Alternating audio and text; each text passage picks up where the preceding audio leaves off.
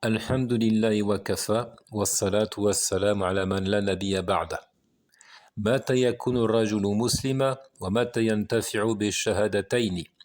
Quand l'homme devient-il musulman et quand il tire profit de l'attestation de foi? C'est la question que nous posons aujourd'hui et à laquelle, incha'Allah, nous allons répondre. Mata yakunu rajulu muslima. Quand est-ce qu'un homme devient musulman? لا خلاف أن التوحيد لابد أن يكون بالقلب واللسان والعمل فإن اختل شيء من هذا لم يكن الرجل مسلما وقد فسر النبي صلى الله عليه وسلم أركان الإسلام فقال عليه الصلاة والسلام كما في الحديث المتفق عليه من حديث ابن عمر رضي الله عنهما بني الإسلام على 5 شهادة أن لا إله إلا الله وأن محمدا رسول الله وإقام الصلاة وإيتاء الزكاة والحج وصوم رمضان. Donc quand est-ce qu'un homme est musulman? Quand dira-t-on de lui, voici un musulman?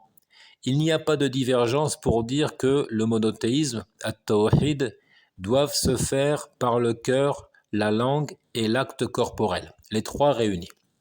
Le tawhid, le respect de l'unicité d'Allah, l'isolement d'Allah, se fait par le cœur, à travers des convictions, à travers aussi des sentiments, mais aussi à travers des paroles avec la langue et en posant des actes de piété. Si un dérèglement survient, c'est-à-dire qu'un de ces trois piliers vient à manquer, alors l'homme n'est pas musulman. Le prophète, à lui les éloges et le salut, a d'ailleurs défini les piliers de l'islam en disant dans le récit unanimement reconnu comme authentique de Ibn Umar, qu'Allah soit satisfait de lui et de son père, il dit « L'islam est construit sur 5 », c'est-à-dire l'islam est édifié, bâti sur 5 choses fondamentales que l'on peut appeler des piliers, arkan. L'attestation qu'il n'y a de divinité véritable qu'Allah et que Muhammad est le messager d'Allah. L'établissement de la prière, le versement de l'aumône, zakat, le pèlerinage et le jeûne du Ramadan. Donc lorsqu'on dit l'attestation, cela recouvre à la fois des convictions cachées et aussi sa prononciation avec la langue. أعظم الأركان الشهادتان وهما أول واجب على المكلف فلا تصح من العبد بقية الأركان ولا تقبل إلا بتحقيق الركن الأول بحسب ما أمر الله ورسوله صلى الله عليه وسلم قال شيخ الإسلام ابن تيمية رحمه الله وقد اتفق المسلمون على أنه من لم يأت بالشهادتين فهو كافر. Le plus grandiose des piliers est certainement la double attestation de foi qui constitue le premier devoir de l'individu responsable, celui que l'on considère comme responsable devant la loi révélée, a pour première obligation, pour premier devoir d'attester, de témoigner qu'il n'y a de divinité digne d'adoration qu'Allah et que Muhammad est son messager. Le restant des piliers n'est pas valide, n'est pas accepté du serviteur sans la réalisation du premier pilier. Conformément à ce qui fut commandé par Allah et son messager, alayhi salatu wassalam, le cheikh de l'islam Ibn Taymiyyah disait dans le Majmu' al-Fatawa, volume 7 à la page 302, les musulmans se sont accordés à dire que celui qui n'apporte pas les 2 témoignages de foi est un mécréant.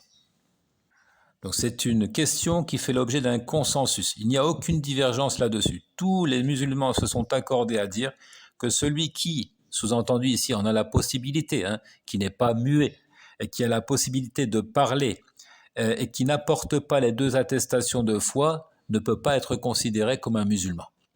Quiconque a la possibilité d'exprimer verbalement les 2 attestations de foi et qui ne le fait pas est un mécréant. Donc, encore une fois, c'est ce qui constitue le premier devoir du mukallaf, de l'individu responsabilisé devant la loi. C'est-à-dire qui est pubère, qui est devenu adulte et qui est en pleine possession de ses moyens, qui est doté de la raison. Donc ça, évidemment, c'est l'avis traditionnaliste, Ahlus Sunnati wal Jama'a. Certains hérétiques, influencés par la dialectique, par la théologie spéculative, en sont venus à dire que le premier devoir, c'est de douter. Donc, sous l'effet de ces philosophies, ils en sont venus à conclure le premier devoir de l'individu responsable, c'est de douter, de remettre en cause l'existence même d'Allah pour ensuite rechercher, analyser, et puis démontrer donc son existence au moyen d'arguments rationnels, ce qui est tout à fait contraire donc aux données de la révélation coranique. Le premier devoir consiste, comme nous l'avons vu ici, à dire Ashhadu an la ilaha illallah wa ashhadu anna Muhammadan Rasulullah. J'atteste qu'il n'y a de divinité vraie qu'Allah et que Muhammad est son messager. ثم من الأركان ما وقع الإجماع على كفر تاركه كالصلاة.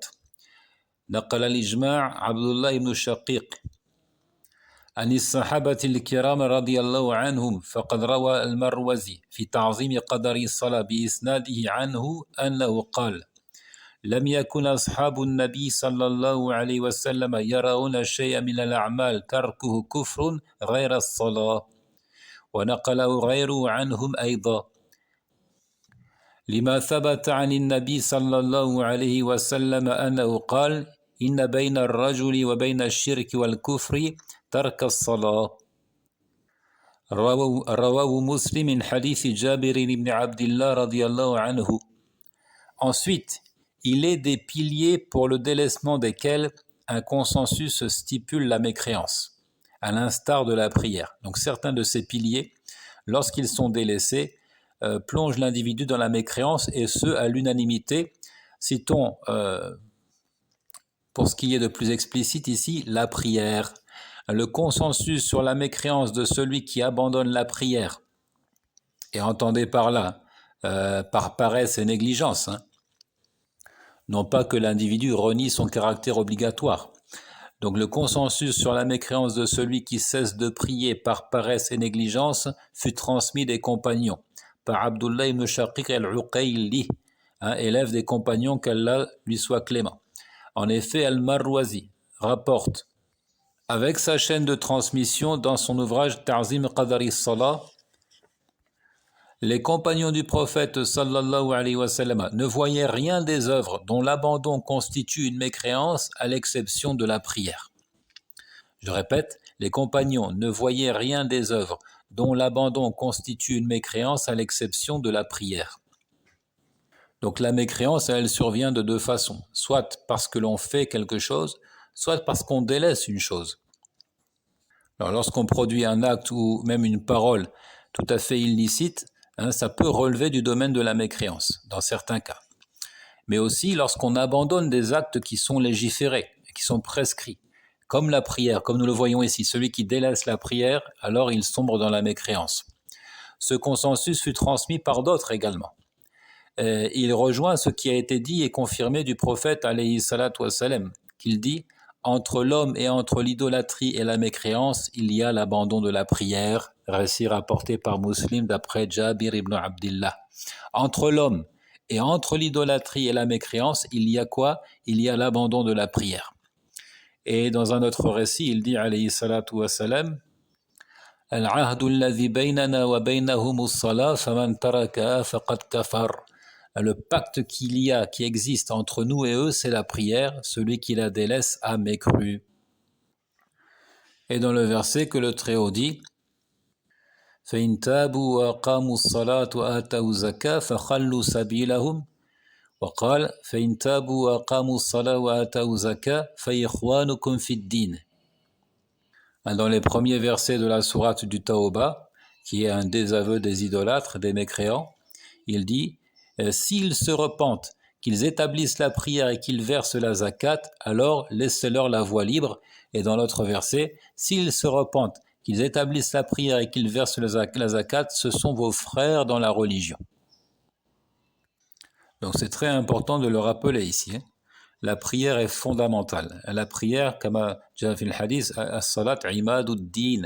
La prière a été comparée par le messager au pilier qui soutient toute la bâtisse, à la colonne centrale qui soutient la religion dans son intégralité. Donc si la colonne est abattue, si elle n'est plus là, c'est toute la bâtisse qui s'effondre.